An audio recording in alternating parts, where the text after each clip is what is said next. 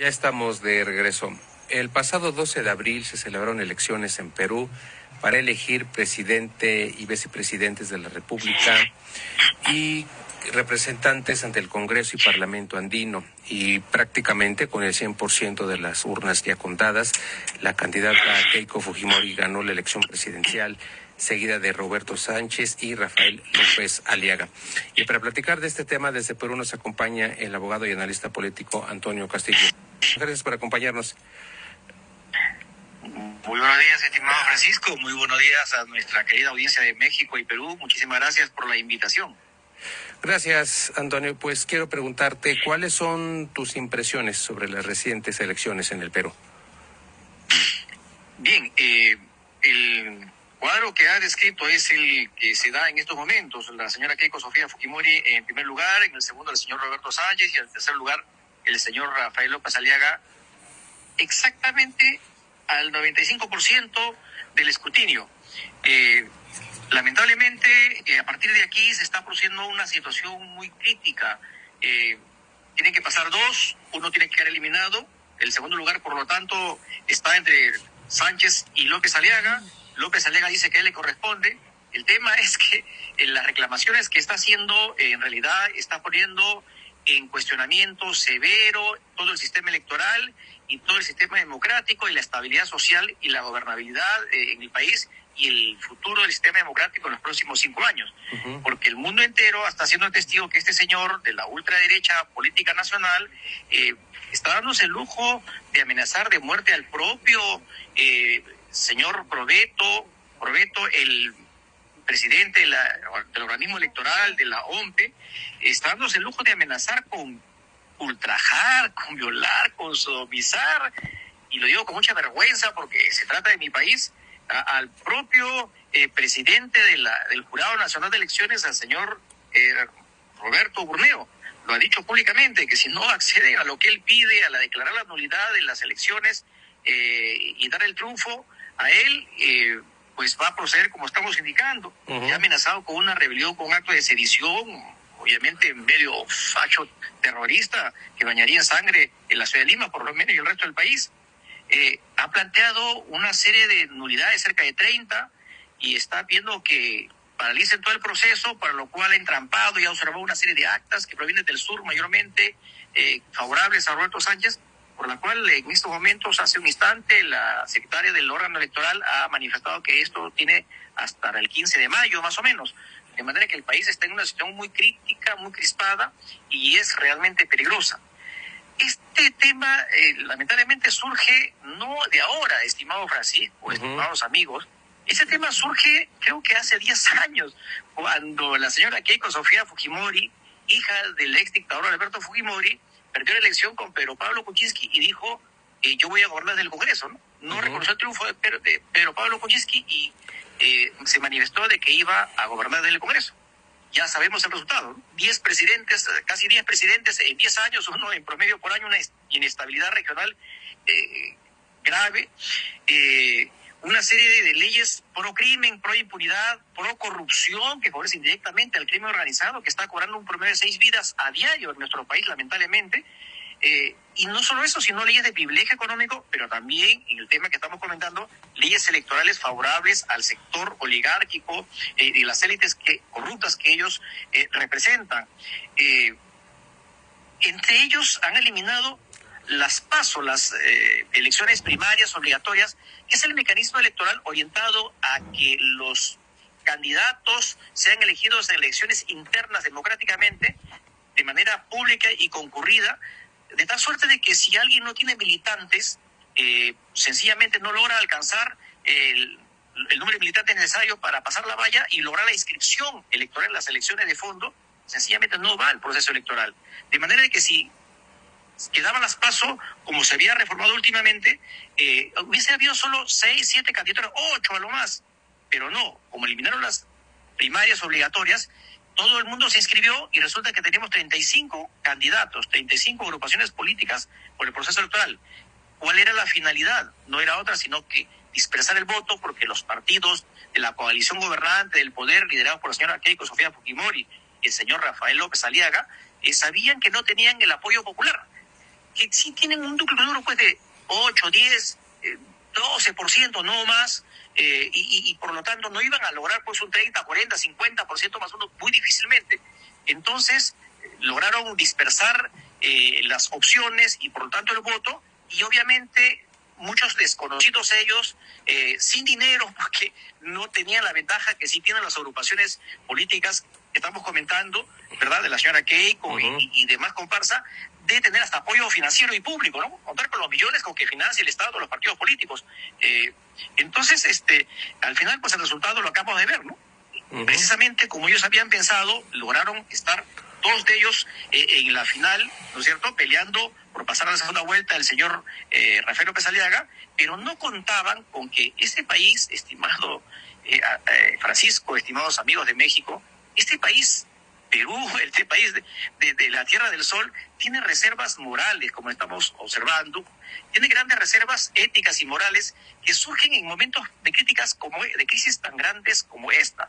Y la fuerza en este caso, una vez más, ha venido del sur, del centro, de la sierra del país, y ha optado por una candidatura de izquierda que no es parte del pacto, y estamos viendo que el señor Sánchez, por lo tanto, por un escaso margen, pero está ahí bajo todos los sufragios, escrutinio, bajo todos los cálculos, estadísticas serias y formales, bajo los veedores internacionales incluso, que de manera regular y limpia hasta ahora está ocupando el segundo lugar. Eso es lo que desea evitar el señor Rafael López Aliaga, y ha amenazado con un baño de sangre en el país, como estamos observando. El objetivo es, para estos señores, atarantar, intimidar, para Rafael López Aliaga, al sistema electoral, de manera puntual al señor Piero Crovetto, y sacarlo de la competencia, sacarlo de la conducción para que pongan a un incondicional. Obviamente para eso se están valiendo de lamentables retrasos en las actas, en la apertura de las mesas en su momento el día domingo, en un margen dentro de lo que se ha dado en los últimos 3 años de 2%, 1% y pico, no más, que se han subsanado porque el día lunes siguiente votaron los 63,000 ciudadanos que no lo hicieron por el retraso de las mesas, y todo está subsanado. Por ahí había otro incidente de algunas actas perdidas, pero está dentro de los márgenes y las incidencias de lo que suele suceder. Sin embargo, acá están pidiendo no solo la destitución, no solo el ultraje de las autoridades electorales, sino están pidiendo el apresamiento, el encarcelamiento del señor Piero Crovetto. Ya han encarcelado a un funcionario de la OMP en estos días, ya lo liberaron porque obviamente no había ninguna razón de fuerza mayor, por lo menos contundente, para mantenerlo preso.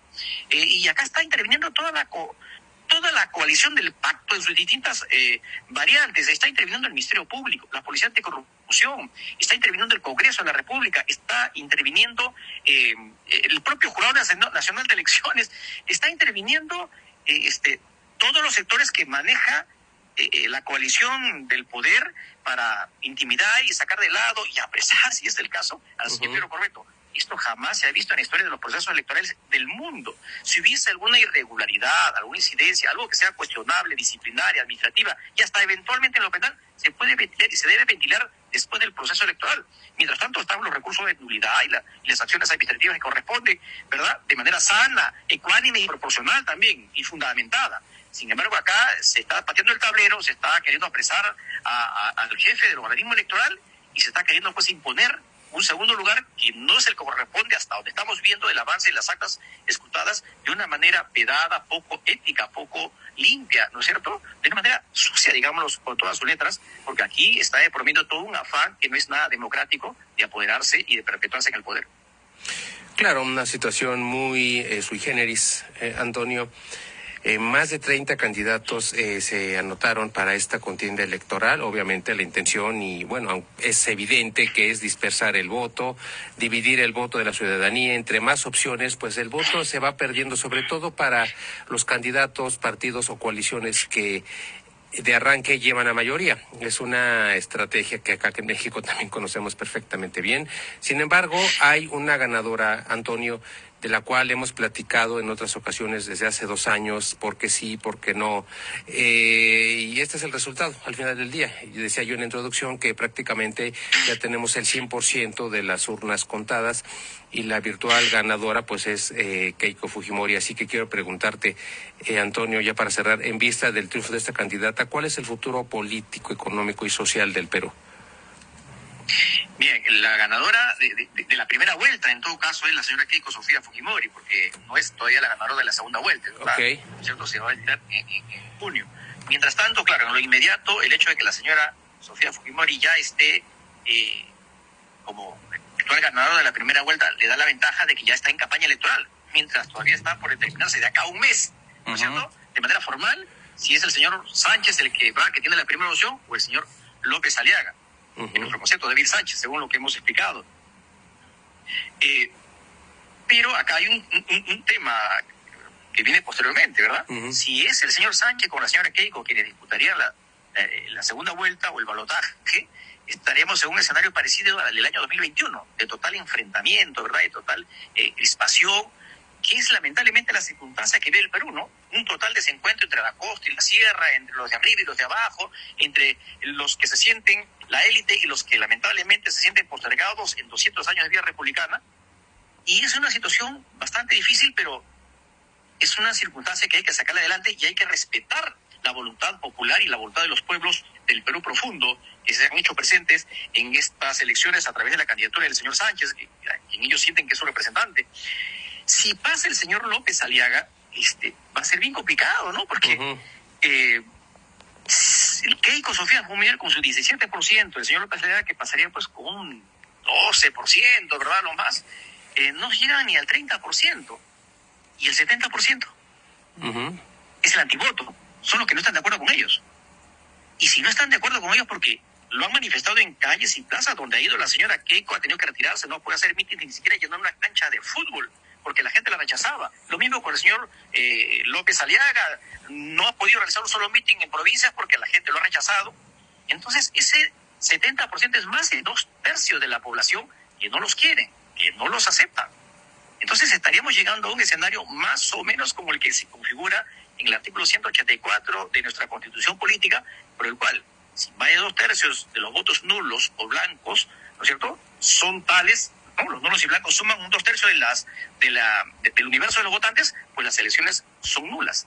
Probablemente estemos en un supuesto que nunca había ocurrido, pero si está hecha la ley es porque es factible que se dé alguna vez y tal vez estemos en esa circunstancia. Eso es en lo inmediato.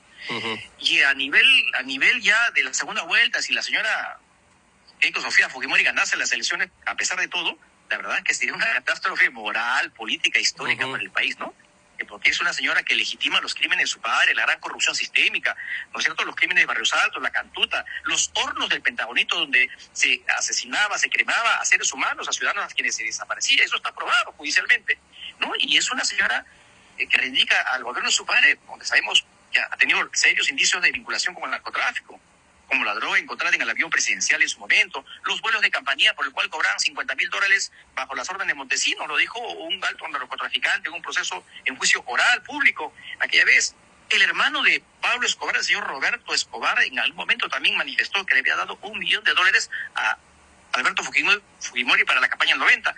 De manera que el narcotráfico está siempre circulando alrededor de la figura de Alberto Fujimori y también de Keiko Sofía Fujimori. Está en las redes, se puede buscar la información de que ella en algún momento logró una gracia presidencial para las hijas de un narcotraficante nacional, Eudeoso Martínez, más conocido como Oyuquito, ¿no? Porque su empresa pues está vinculada a los temas del narcotráfico, la empresa Hayduk.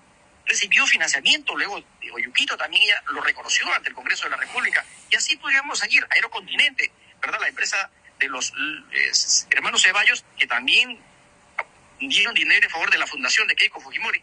Y podríamos continuar, la lista es larga, ¿verdad? De manera que eso que ella reivindica y eso que ella representa, y en un escenario donde el crimen tiñe de sangre a diario, ¿verdad?, nuestras calles del país, ya podemos imaginar lo que sería nuestro país, ¿verdad? El crimen en el poder, el crimen en las calles, Dios nos pesque confesados, ¿verdad?